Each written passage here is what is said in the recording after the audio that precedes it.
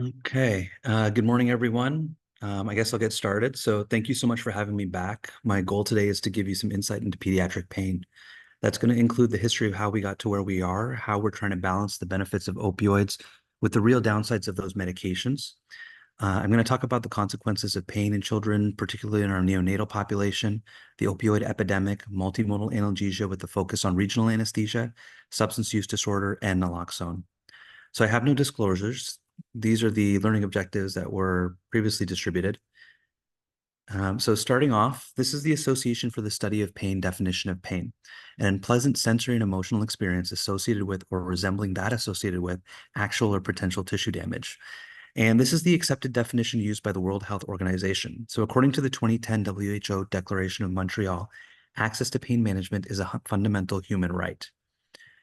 These key principles from the WHO guidelines underpin the recommendations and best practice statements developed by the WHO, and more importantly, guide the care of childhood pain. So with those goals in mind, how are we doing? So this is a group of studies that were all very similar. So each study attempted to take a snapshot of pain in a children's hospital. The duration of the studies ranged from 1 day to entire admissions and included patients as young as 1 day old. Pain scores were assessed by age-appropriate validated pain scales. Patients and families were interviewed and a number of questions were asked. The questions included whether pain occurred, what was its intensity, what was the cause, was pain evaluated and addressed, what kind of interventions were provided, and were patients and families satisfied with the management they received. So I've split off the American studies from the international ones because we understand that the opioid epidemic, though experienced internationally, is very different here in the US. The American studies showed that a very large proportion of patients experienced pain in the short time periods that were studied. Remember, as short as 1 day. The majority of pain was acute or procedural, and about half the pain was reported as moderate or severe. Documentation was poor, and many patients lacked pain assessments. Many patients and families were unsatisfied with the pain management they received. And finally, the younger the patient, the more likely their pain went undetected and untreated. So looking at both the American and international studies, the trends are consistent. There's a high frequency of untreated pain. In this chart from one of the Canadian studies, you can see the prevalence of pain during admission in the population studied. All service lines had high rates of reported pain. So there's also a high frequency of undetected pain. In the first figure, you can see the discrepancy between charted pain and pain as detailed by audit interviews of patients and families. The dark blue bars show what was charted and the light blue what was reported. The pain as charted was significantly less than the pain as determined by audit.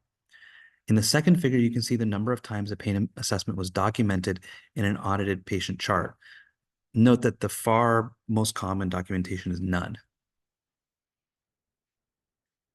There's also a high frequency of procedural pain. Note that needle pokes were measured as the most common painful procedure. There's a high frequency of preventable pain and an underutilization of pain management strategies. In this chart, we see that only 25% of patients identified as having pain received regular analgesia administration. I had difficulty finding studies that were more recent than the ones we're looking at here. It would be interesting to see with the recent focus on multimodal analgesia and ERAS protocols if we're doing a better job now than we were when these studies were conducted. If you note the timing of these studies, most in the late 20-teens, this was a time when pain was still entrenched as the fifth vital sign, and providers were mandated to aggressively treat pain. It's interesting that even in that sitting, particularly among our youngest patients, there seemed to be a significant undertreatment of pain. So what is the consequence of this untreated pain? Like many of the topics I'm touching on today, this is a lecture on its own. I'm going to focus on neonatal pain as newborns are the most vulnerable. If you look closely at the studies I've already mentioned, they also establish that we see the greatest amount of untreated pain in our youngest patients. The modern study of pain in neonates is relatively new and still evolving. Before the 1980s, pain in the neonate was disputed and often dismissed. Charles Darwin wrote that even though newborns exhibit pain reactions, these were only reflexive and babies were incapable of experiencing and expressing true pain. Darwin's belief was coupled with research by scientists such as Dr. Flechsig, who equated the absence of myelination in parts of the neonate's nervous system as the system's inability to function. The immaturity of the neonatal mind also came into play in the belief that as these patients did not remember pain, pain did not have to be treated. Finally, as anesthetics became more available and routine for older patients, there was a concern that the risks of those medications exceeded their benefits in our youngest patients, for neonates in particular in terms of effects on the cardiovascular and respiratory systems. These ideas were so widely believed that major surgical procedures, including open heart surgery, were carried out without the use of significant analgesics or anesthetics in the preterm and neonate populations up until the late 1980s. So today we have a better understanding of the development of the nervous system. Each stage of the nociceptive pain pathway develops at different times. At 7 weeks gestation, nociceptive nerve endings begin to develop circumorally, and at 20 weeks are complete around body linings and the extremities. The pathway between the nociceptive nerve endings and the dorsal horn begins in week 13. With this pathway, the fetus is able to reflexively withdraw from painful stimuli. Myelination develops after 25 weeks of gestation. As mentioned, it was previously thought that unmyelinated axons were unable or too slow to transfer electrical impulses. But current knowledge is that unmyelinated neurons are fully capable of transferring a signal, although at a slower rate. Note that the slower rate is mitigated by the shorter distance the signal has to travel in tiny people. Pain modulation is also critical in the management of pain. Descending signal pathways augment pain transmission by the release of endogenous opioids or the activation of inhibitory pathways. Both of these mechanisms are much more prevalent in the adult than the neonate. This is why preterm infants may actually have a 30 to 50% lower pain threshold than adults and a lower tolerance than older children. Some authors are now arguing that pain perception could begin to occur between 12 and 20 weeks of gestation based on the development of the subplate and behavioral responses to pain observed in fetuses and extremely preterm neonates.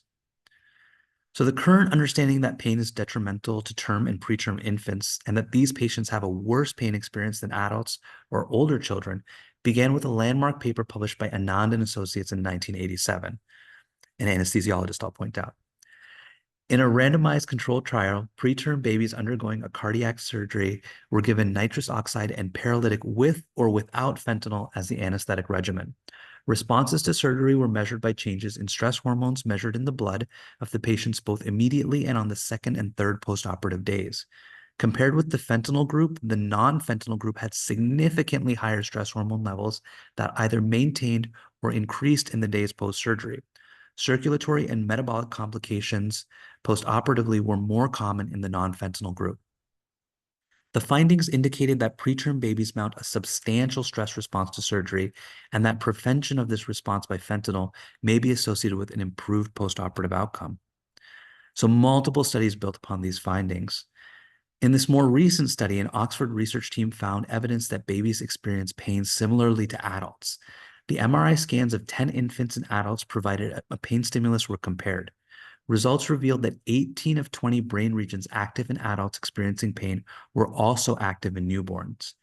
Infants' brains showed the same level of response as adults when exposed to a stimulus 1/4 as strong.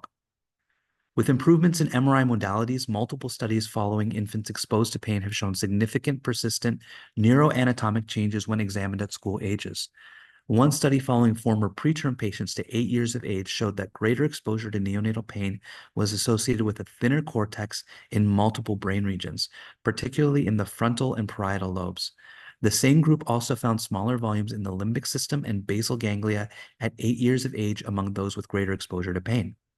Other studies have shown that white matter injuries observed to occur more frequently in very preterm infants exposed to painful stimuli with a specific pattern of injury on MRI. These white matter changes have been shown to persist to school age and have been associated with IQ. Changes in background cortical activity associated with pain-related stress are also shown to persist at school age and affect visual perceptual abilities. So newborns experience pain as part of routine neonatal care, ranging from vitamin K injections and heel sticks to complex surgical procedures. Painful experiences are more frequent in infants who are sick or premature and more robust in those requiring invasive procedures and surgical care. The same study that I took this table from estimated that a NICU baby undergoes on average 14 painful procedures daily. So this is a multi-center collaborative looking to improve postoperative pain management in the NICU. 26 sites participated. They chose to focus on two pain management goals: reducing uncontrolled postoperative pain as measured by standardized pain scores and improving family satisfaction with pain control. The aim was to decrease the percentage of patients with unrelieved postoperative pain from 19.5% to 15% or less, and improve family satisfaction with pain management to 90% positive response. Of note, even in this very recent study, we're seeing a significant portion, about 1 in 5 NICU patients with recognized pain, estimated to have inadequate pain control. This study doesn't mention an estimate of unrecognized pain, which, as we saw previously, can be quite significant. The interventions they attempted are on the right side of the graphic. So the QI project was able to show significant improvement through the initiated interventions over time. So these are problems that we can solve. So how big is this problem? In 2022, a little over 380,000 premature babies were born in the US, representing 10.4% of live births. This is an increasing trend over the last few decades. In combination, higher preterm birth rates and decreasing infant mortality rates have grown the size of this vulnerable population in the US. The increased survival rate, especially at the extremes of prematurity, is also associated with intense medical and surgical management over extended hospital stays. Babies born at term spend an average of 4.9 days in the neonatal intensive care unit, while the average length of stay in the NICU for extremely preterm infants is 81 days. It's also estimated that up to 33% of extremely preterm babies require surgery, and these babies often undergo multiple procedures. The CDC's 2022 data shows that infant mortality rate increased overall to 5.6 per 1,000 live births, a 3% increase, likely a COVID effect, as overall infant mortality has been decreasing for decades. Though notably, American infant mortality rates are by far the worst in the developed world. Also important to note is the disparity in American statistics between infant mortality by racial groups. Though a bit off topic, but no less important, is that maternal deaths are on the rise. During the pandemic, there was a significant increase in maternal mortality, with levels returning to the not so good trend depicted here in 2023. The significant disparities cannot be explained by economic conditions alone, as other studies have shown that infant mortality rates for the most economically disadvantaged white mothers are better than the wealthiest Black mothers. These statistics have earned the US a D+ ranking from the March of Dimes for infant and maternal care. So considering this large population of premature individuals and understanding that their pain is under-recognized and undertreated, we start to look at the harmful effects of that unrelieved pain. This is an older table, but it neatly summarizes many of the effects of unrelieved pain, both short and long term. There's now a resounding evidence that failure to treat pain in infants can have many side effects, including altered pain processing, cognitive and behavioral sequelae, including ADHD, impaired visual perceptual ability or visual motor integration, and poor executive functioning. In this study, the researchers examined whether the number of neonatal invasive procedures, adjusted for other clinical and psychosocial factors, was associated with self-ratings of pain during a blood collection procedure in former preemies at school age. 56 children born between 24 to 32 weeks gestational age at age 7 years underwent a blood collection. The children's pain was self-reported, and parents completed the child behavior checklist and state trait anxiety inventory. Pain and clinical factors from birth to current age were obtained prospectively. They found that greater number of neonatal invasive procedures and higher parent trait state anxiety were associated with higher pain intensity ratings during venipuncture at age 7 years. So we find ourselves in a situation where we've identified that pediatric pain, particularly in younger patients, is undertreated and has significant long-term consequences. We have a treatment, opioids, that work in blocking pain at multiple areas of pain processing. We realize opioids have a significant side effect, but we accept those and we move toward a strategy of robustly identifying and treating pain. Unfortunately, this strategy in the setting of numerous other influence leads us into what we now call the opioid epidemic. In an effort to reduce the burden of underassessment and inadequate treatment of pain, in 1996, the American Pain Society adopts a campaign called Pain, the Fifth Vital Sign. They suggested recording pain in a way that makes it highly visible using a unidimensional pain scale to record and chart pain intensity. Most impactfully, the American Pain Society suggests that elevated pain scores should act as a red flag to promote action. CMS added a question to patient surveys that asked, how often did the hospital or provider do everything in their power to control your pain? So these actions embedded pain as the fifth vital sign in US healthcare and had the unintended consequence of encouraging and maybe even mandating opioid administration in response to patients' self-reported numerical pain scores. An equally influential cause was the actions of the pharmaceutical industry itself. As many of you are aware, regulatory failures coupled with fraudulent education material and influence campaigns led to rampant overprescribing of opioid medications. The CDC estimates that if 100 people are discharged from a hospital service with opioids, statistically, one will become a heroin addict, one will die of opioid misuse, and one will engage in opioid diversion. So looking at statistics from 2023, we see that on average, 222 people die a day from opioids. This is greater than the number of people that die per day from car crashes. The AMA, ACS, Joint Commission, AAFP, and Centers for Medicare and Medicaid Services all promoted the ideals set out in the Fifth Vital Signs campaign. All subsequently withdrew their advocacy of that campaign. So what about our pediatric patients? An alarming realization is that pediatric patients suffer from substance use disorder and opioid misuse in two broad categories. They themselves can be victims of substance misuse and substance use disorder, and they could be living in a household where an adult is suffering from those conditions. So this image depicts children affected by the opioid epidemic by state. This includes neonates who had intrauterine exposure, children who live in homes with caregivers who have substance use disorder, or children who have been removed from their homes due to issues related to substance use disorder in their caregivers. This also includes children who have had inadvertent exposure to opioids or themselves have substance use disorder. This slide is taken from the National Center on Substance Abuse and Child Welfare. The trend of child removal from the home due to parental alcohol or drug abuse has been increasing over time. Notably, among adult patients admitted for opioid use disorder treatment, 1/3 report having had their first opioid exposure in childhood. This chart depicts a source of misused pain relievers. By far, the two largest sources are healthcare providers and family members. So as we started to recognize the impacts of the opioid epidemic, we've started to utilize strategies to attempt to make a positive impact. These graphs are not pediatric specific, but do show that over time, there's been a concerted effort to reduce both the absolute number of opioid prescriptions and the amount of opioid dispensed with each prescription. Unfortunately, as you can see, opioid deaths have continued to increase significantly.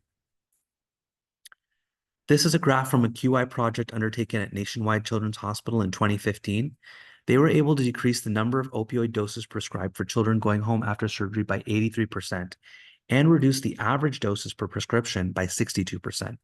They did so by adjusting default opioid doses in their EMR, implementing electronic prescribing of controlled substances, and educating providers and patients about opioid safety.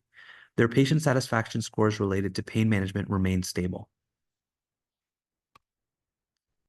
So at this point, we're seeing both sides of the story. We have a crisis of undetected and undertreated pain with significant long-term sequelae. On the other side, a widespread crisis of substance use disorder. Both these issues have acted as catalysts to accelerate the use of multimodal analgesia and the development of strategies like enhanced recovery after surgery or ERAS. Multimodal analgesia is a pain management method that combines different classes of pain medications or therapies to treat pain. By using multiple medications or therapies that work by targeting different receptors in the pain pathway, we can improve pain control while reducing the dosage of each individual medication and reducing their associated side effects. Focusing on opioids, that means using non-opioid medications or interventions to control pain effectively in order to use fewer or no opioids. So as we attempt to minimize opioid use, it's important to again mention that opioids are very effective pain medications. This diagram shows that opioids target every part of the pain transmission pathway. There is no other class of agents that has as broad an effect. So this is an image from an article published in the Society for Pediatric Pain Management. It shows how many modalities are available outside of opioids for pain management. It also implies that all modalities be given equal consideration in the treatment of pain. This image visualizes the shift in pain management practice over time. Here we can see that in the past, systemic opioids would have been the foundation and primary modality of pain relief, and now they're the cap at the end of a series of non-opioid interventions. So what are the components of multimodal analgesia? You've got basic analgesia, so acetaminophen, NSAIDs, COX-2 inhibitors, regional anesthesia, which I would argue is one of the most effective analgesic modalities in children, adjuvants, and I actually disagree with this terminology of adjuvant a little bit, as many of these agents are very effective analgesics independently, but we're talking about alpha-2 adrenergic agonists, gabapentinoids, low-dose antidepressants, and sodium channel blockers. Integrative treatment modalities, these are also called complementary or alternative medicine, and they come with the caveat that they need to be appropriate to age and the patient's cognitive development. So this includes things like skin-to-skin contact, non-nutritive sucking, sugar solutions like sweeties, which are all highly effective for infants. Deep breathing, biofeedback, self-hypnosis, yoga, acupuncture, and massage for older kids. Music therapy, art therapy, and animal-assisted therapy have been studied to some extent in children and have been shown to help with pain, anxiety, and coping. Exercise, physical therapy, and rehabilitation are key in the treatment of patients with pediatric palliative care. Psychological interventions are crucial as anxiety, depression, and behavioral disorders represent risk factors for pain development in children. And then opioids. So I want to highlight methadone here. So due to its activity at both the NMDA and opioid receptors, in my mind, it's one of the most effective and underutilized opioid analgesics in children with severe unrelieved ongoing pain and predictable significant acute pain of moderate to longer duration. Its addictive potential is also significantly less than other opioids.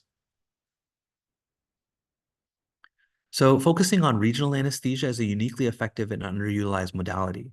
This is an ultrasound image of the femoral nerve, FN, as it would be visualized for a femoral nerve block. There are several challenges that are unique to pediatrics for regional anesthesia. The vast majority of pediatric regional anesthesia techniques are undertaken while the patient is under general anesthesia. Unfortunately, this adds procedural time to surgical cases. Even with the significant benefits of regional anesthesia, this has traditionally been a hurdle to overcome. So unlike adults, regional blocks are done with patients asleep in the pediatric setting. This has been proven to be safer than having patients awake by a large pediatric regional anesthesia network database, so the PRAN database. So with the adjuvant of ultrasound and broader training in regional anesthesia, block times have been significantly reduced. Increased utilization of the techniques improves efficiency and reliability. So another challenge is pediatric patient size. Maximum dose of local anesthetics are reached much more quickly in small patients. Many blocks rely on volume of local anesthetic to be effective. And to provide that volume, we have to reduce the concentration of local anesthetic at the cost of density of blockade. A similar challenge occurs when patients require multiple blocks and the additive doses quickly reach their dose limit. When we're doing blocks in pediatrics, we have to be far more accurate and precise with our local anesthetic placement, as we don't have the volume to overcome a lack of accuracy. Our ability to deploy regional anesthesia continues to improve and evolve. I was taught that a nerve can be blocked at any location along its path as long as you can figure out how to access it. This poster described a block approach I created that allows us to provide preemptive and continuous analgesia for patients undergoing surgery of the perineum and anorectal areas. So analgesia for these procedures is often provided by a caudal block. Unfortunately, the entry point of the caudal block at the sacral hiatus would place the catheter in the operative field and at high risk for contamination if placed prior to the procedure. Even a single shot caudal block could potentially leave a tract for contamination into the epidural space. By using a novel approach of passing a block needle and catheter through the interspinous space of the sacrum in a cephalad to caudad orientation under ultrasound guidance, I was able to place the block catheters at the beginning of the case from outside of the operative field and provide preemptive continuous blockade of the area. Several patients that we were able to do this procedure on completed their surgical course both intra and postoperatively without the need for opioids. So what about risks? This is a table that lists some of the risks of both general and regional anesthesia. Note that both peripheral and neuraxial regional anesthesia techniques have unique risks. So regional anesthesia is generally considered safer than general anesthesia. Providing fewer airway and respiratory complications, especially for patients with lung disease or in obstetrics, less blood loss and blood clots, especially for orthopedic hip and lower limb surgeries, less postoperative pain and nausea, lower infection rates, shorter stays in post-anesthesia care units, reduced acute and chronic pain after some surgeries, and short-term functional benefits. As part of continued efforts to improve pain management at Phoenix Children's, our pain team has been able to create a pathway for the use of outpatient pain pumps, allowing us to provide longer duration nerve blocks at home. The pumps also allow for intermittent scheduled bolus dosing, which is an alternative to continuous infusion, which allows for equivalent or better analgesia with lower cumulative doses of local anesthetic. The pumps also allow for remote dose adjustment and usage data. The pumps are paired with an app that allows patients to enter pain scores and other information that's transmitted to the pain team from home. So multimodal analgesia can be combined with other elements of standardized peri-op care to create a structured, evidence-based, and multidisciplinary approach with the goal of optimizing a patient's recovery from surgery. This is what we call enhanced recovery after surgery, or ERAS.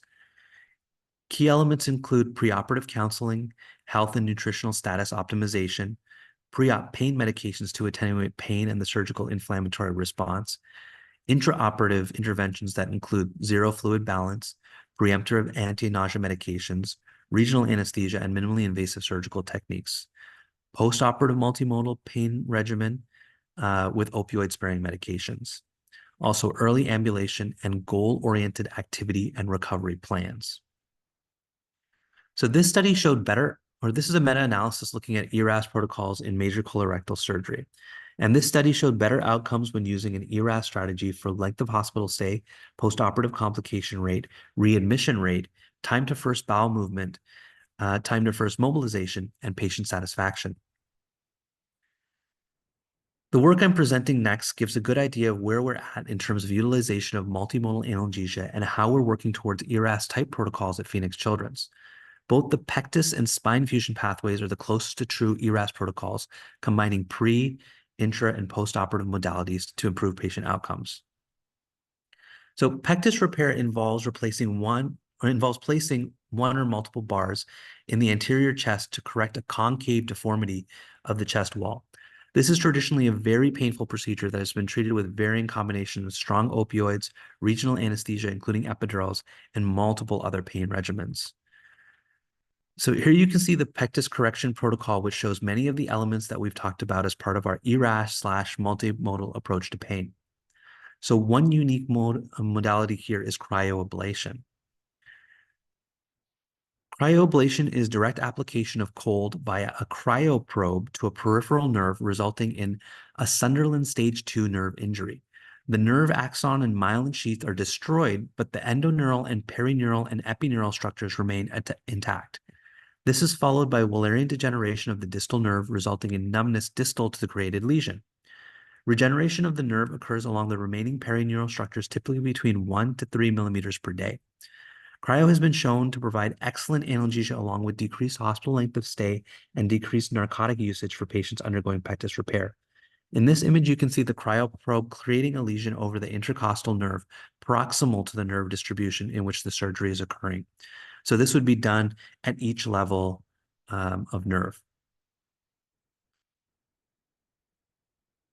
This slide details a quality improvement project of which Phoenix Children's was a part of. The project looked to reduce opioid prescribing post-laparoscopic appendectomy without compromising patient care or satisfaction.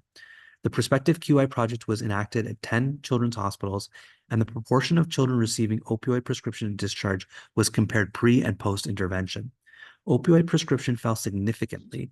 30-day ER visits were unchanged, and mean pain management satisfaction scores were high. The ENT department at Phoenix Children's recently implemented a clinical pathway that eliminates a routine prescription of opioids for tonsil and adenoidectomy patients. The pathway relies on administration of acetaminophen and ibuprofen, alternating beginning in the pre-op timeframe. This has been going on for about a year now, and what I want to do is look back at these patients and see how they've been doing. One of the things that's unique about this procedure is that the maximal pain post-procedure doesn't occur immediately after the procedure. It actually has a delayed onset of about 3 to 5 days. So my question is, looking back at these patients, do they have sequelae of uh, short-term untreated pain? So these are things like potty training regression, behavioral issues, sleep issues, um, and other sorts of behavioral issues from a short-term untreated pain standpoint. So we can take a look back and see these patients who are previously getting opiates and now are not, if they have signs of those issues. If they do, one of the things that I want to look at is um, prescribing opioids that are more targeted to the pattern of pain associated with the procedure. So what we could potentially do is prescribe opioids for specifically day 3 to 5 of the recovery process. So limiting the amount of opioid that we give and prescribing how it's to be given. So the idiopathic posterior spinal fusion pathway uses many of the same modalities as pectus repair, including preoperative screening for anxiety, depression, and poor coping skills. Unique to this protocol is the placement of local anesthetic pumps that administer medication through catheters into the subcutaneous tissues adjacent to the spinal incision. Note the use of a PCA here, unlike in pectus repair, where routine use of PCA was able to be eliminated by the introduction of cryotherapy. In plastics and neurosurgery, we're using blockade of the supraorbital, auriculotemporal, and greater occipital nerves to provide analgesia to the skull and scalp. Dexmedetomidine infusion is often added for sedation in these procedures, and tranexamic acid, though primarily used to reduce blood loss, also reduces swelling and provides a secondary effect of pain reduction. In cleft palate repair, we're using the suprazygomatic maxillary nerve block to provide analgesia to the upper lip and palate. In neurosurgery, again, we utilize scalp blocks wherever appropriate. And you can also see the use of multimodal analgesia, a focus on anti-nausea, and the addition of clonidine in patch form. So this slide is a bit of a cheat because basically multimodal analgesia and portions of ERAS protocols can be applied to any patient. However, a full ERAS protocol can be very resource heavy, and as with any modality or intervention, we have to weigh benefits against resource utilization and availability. It's always important to put your weight behind the modality that gets you the best bang for your buck.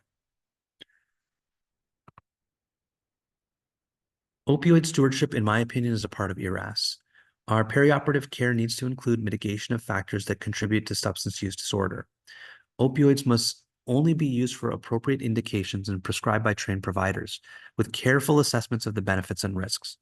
The use of opioids by individuals, their impact on pain, and their adverse effects must be continuously monitored and evaluated.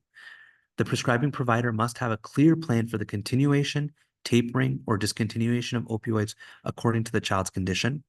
The child and family must be apprised of the plan and its rationale, and there must be due attention to procurement, storage, and the disposal of unused opioids. Providing appropriate disposal mechanisms is key. At the hospital, we now have medication disposal stations, and we're able to send patients home with medication disposal bags. This provides them a safe way to dispose of unused opioid medications and also acts as a visual reminder for them to do so. Another part of complete perioperative care includes screening for substance use disorder. Many patients with substance use disorders are undiagnosed at the time of surgery. Short screening questionnaires as well as urine drug screening tools are available and increasingly used in pediatric surgical and anesthetic practices. According to Monitoring the Future, approximately 20% of American 8th, 10th, and 12th graders report using illicit substances. As described previously, overdose deaths in both children and adults continue to rise. So this study published last year compared surveys completed separately by parents and guardians, by patients and guardians, regarding use of illicit substances. The study included patients presenting for surgery at Nationwide Children's Hospital, ranging in age from 12 to 21 years. After consent, patients completed a survey of 6 questions using an iPad. The 6 questions involved the patient's history of alcohol, tobacco, marijuana, vaping, and opioid use. The results were compared to the answers obtained from parents during a preoperative phone call survey. Survey data showed a statistically higher reporting of substance use or abuse from the patient in comparison to parental survey. No surprise there. Alcohol report rates were the highest, with about 28% of patients reporting use compared to parental reports of only 2%. There was a similar discrepancy in reported rates of vaping use and illicit substance use. So clearly identifying illicit substance and tobacco use via a survey of parents or by patient interview in the presence of parents is inaccurate. An anonymous 2-minute survey completed by the patient more correctly identified these issues. The preoperative period represents a unique yet limited window of time to evaluate and examine patients. Anesthesiologists, surgeons, and other perioperative care professionals should routinely inquire about alcohol and other substance use with the goal of detecting undiagnosed substance use disorders. The CRAFT interview shown here is a validated tool for ages 14 and older. While validated preoperative substance use disorder screening tools are limited, basic screening questions are effective in detecting substance use. An example of a question for drug use: how many times in the past year have you used a recreational drug or used a prescription medication for non-medical reasons? It should be emphasized to patients that these questions are routinely asked with the goal of positively impacting care and perioperative outcomes. So, how do we prevent mortality and morbidity from opioid misuse or overdose aside from prevention, of course? So many of you are already familiar with naloxone. Naloxone is a pure competitive opioid antagonist with a high affinity for the mu opioid receptor. Administration of naloxone allows for the rapid reversal of the effects of opioids. The onset of action varies depending on the route of administration, but can be as fast as 1 minute when delivered IV or IO. It has a half-life of 30 to 120 minutes, depending on the route of administration, with IV being the fastest off. This means that patients may require further administration of naloxone and must be appropriately monitored after initial administration. In most cases of overdose, the reversal is observable in a matter of minutes. So until the recent approval of over-the-counter forms of Narcan, individuals and even first responders have been using improvised nasal sprays based on kits and instructions that are found on the internet. One of the downsides of these improvised devices is that they produce substantially lower blood levels of naloxone than FDA-approved devices. Basically, they're using the IV sub-Q formulations in do-it-yourself nasal spray kits. Last year, the FDA approved Narcan 4-milligram naloxone nasal spray for over-the-counter non-prescription use. This was the first naloxone product approved for use without a prescription in the US. Over-the-counter naloxone has been available in several countries for quite a few years. In the press release, the FDA said that they remain committed to addressing the evolving complexities of the overdose crisis. As part of this work, the agency has used its regulatory authority to facilitate greater access to naloxone by encouraging the development of and approving an over-the-counter naloxone product to address the dire public health need. So later in 2023, the FDA approved Revive, a 3-milligram naloxone nasal spray for over-the-counter use. They stated in their press release, the agency has long prioritized access to naloxone products, and we welcome manufacturers of other naloxone products to discuss potential non-prescription development programs with the FDA. So now that over-the-counter naloxone has been available for a year, we can examine the rollout and observe that there are some ongoing issues. One of the most immediate issues for our pediatric patients is that a whole dose of one of these over-the-counter delivery systems is a very large dose for a small person. Side effects of complete opioid reversal can be severe, including withdrawal symptoms, seizures, and non-cardiogenic pulmonary edema. After its approval, the first over-the-counter product didn't actually hit store shelves until September 2023. So these type of delays are part of the history of this drug. On top of this, Emergent Biosolutions, the manufacturer of the earliest approved over-the-counter naloxone product, has been accused of obstructing broader naloxone access. The drug maker was reportedly reluctant to submit an application for over-the-counter status until a competitor had prepared such a bid, basically accused of using legal tactics to delay generic competition. Cost is another barrier to access. Over-the-counter status and competition have brought costs down, but it's still an issue. Access is another issue. Multiple recent investigations showed that these products are hard to find in many stores, and though they are over the counter, may be stocked behind the pharmacy counter or in locked displays. So what are we doing to provide naloxone to our vulnerable patients? Patients being evaluated and treated at Phoenix Children's during ED or inpatient encounters are screened for the risk of opioid overdose. An EHR alert identifies patients meeting high-risk inclusion criteria. So you can see those alert triggers on the right-hand side, and they are pretty extensive.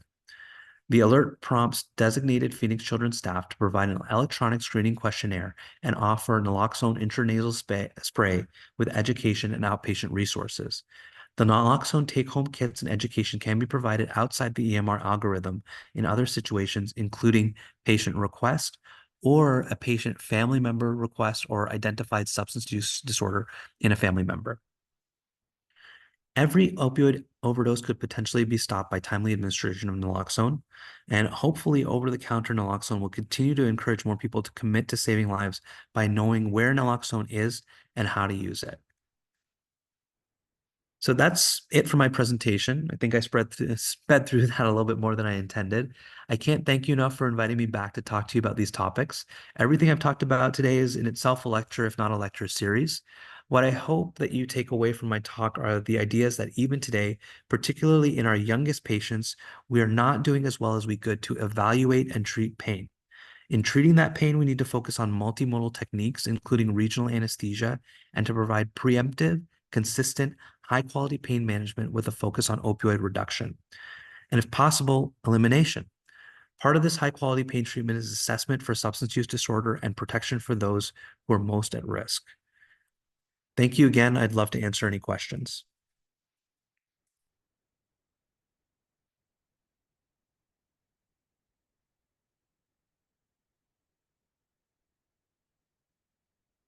Hey, Amar, Jay Houtman here. That was a terrific tour de force talk on pain in children and some of the amazing things you've done to really address it from an assessment and mitigation perspective. How do you tease apart the sort of socio-political implications of narcotic-centered pain management from the medical need? How do you sort of walk that tightrope? Because if I feel like, unfortunately, this is no longer just up to the physicians, that the public and politicians have an opinion on this too. So what are your thoughts there, and where do we go from here? Yeah, so we see that on both sides. So if we, as I talked about with the opioid crisis, it really was, taking opioid and pain management care out of the hands of physicians and other trained professionals in providing that care and mandating the use of pain modalities, primarily opioids. That was one of the big factors in creating the opioid crisis. So I think, for a lot of us, a part of our training or a part of our practice at a certain time was responding to pain scores incredibly robustly. This was tied to patient satisfaction scores, bonuses, quality metrics, all that sort of thing. And now we've kind of come to the other side of things where, as you've identified, we're starting to see our hands tied in terms of opioid administration. The balance there is in what I've said. So just kind of as physicians taking a lead and understanding that opioids are incredibly effective medications, but must be applied judiciously. So as we kind of find that we're pushed to eliminate opioids from a lot of our practice, we have to understand and explain that they may have a role in certain areas. So I think that, targeted opioid use and, as I said, judicious opioid use is really what we have to do. So if we are moving towards pain management strategies that eliminate opioids or any sort of pain management strategies that we try to implement, we always have to follow our balancing metrics. So as we study these procedures, we have to look for those signs of untreated pain. In surgical faculties, what we're looking for is some of the things that I mentioned. So after the patient's healed from their acute surgical process, we want to look for signs that during that process or afterwards, we've had signs of untreated or undertreated pain. In older patients, it's a little bit easier to do because we can ask them. So we can ask them to use pain scores or other validated methods of of describing their pain to show us if we were under the mark on treating that pain. In younger kids, it's a little bit harder, so we have to look for sequelae. So those were the things I mentioned, things like, you know, a regression in potty training, behavioral disturbances, sleep disturbances, you know, PTSD-like effects that we might see in children 4 to 6, or younger children, I should say, 4 to 6 weeks after their pain was untreated. Then we have to recognize how the pattern of pain related to each one of these different disease or surgical processes and tailor our pain management specifically to those processes. The final piece of that is understanding that every patient's different. So depending on you know, their physiology, their experiences, their pain may be different from someone else's in a similar situation. So continuous monitoring is critical as well. The only thing that we can really do is advocate and to study what we're doing. You know, evidence-based management or evidence-based practice is the most powerful tool that I think we have to drive the care that we think is best. So we have to provide the data, do the work to show that what we're promoting is correct.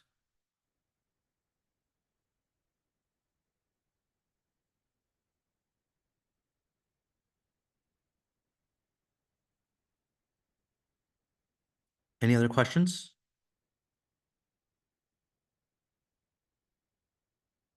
Okay. So again, thank you so much for spending some time with me, and thank you for inviting me back to talk about this topic. I can't tell you how much I appreciate it. Thank you again so much for being here and presenting today. Anytime. Have a great Thank- day. Thanks, Amar. That was terrific. Thank you so much.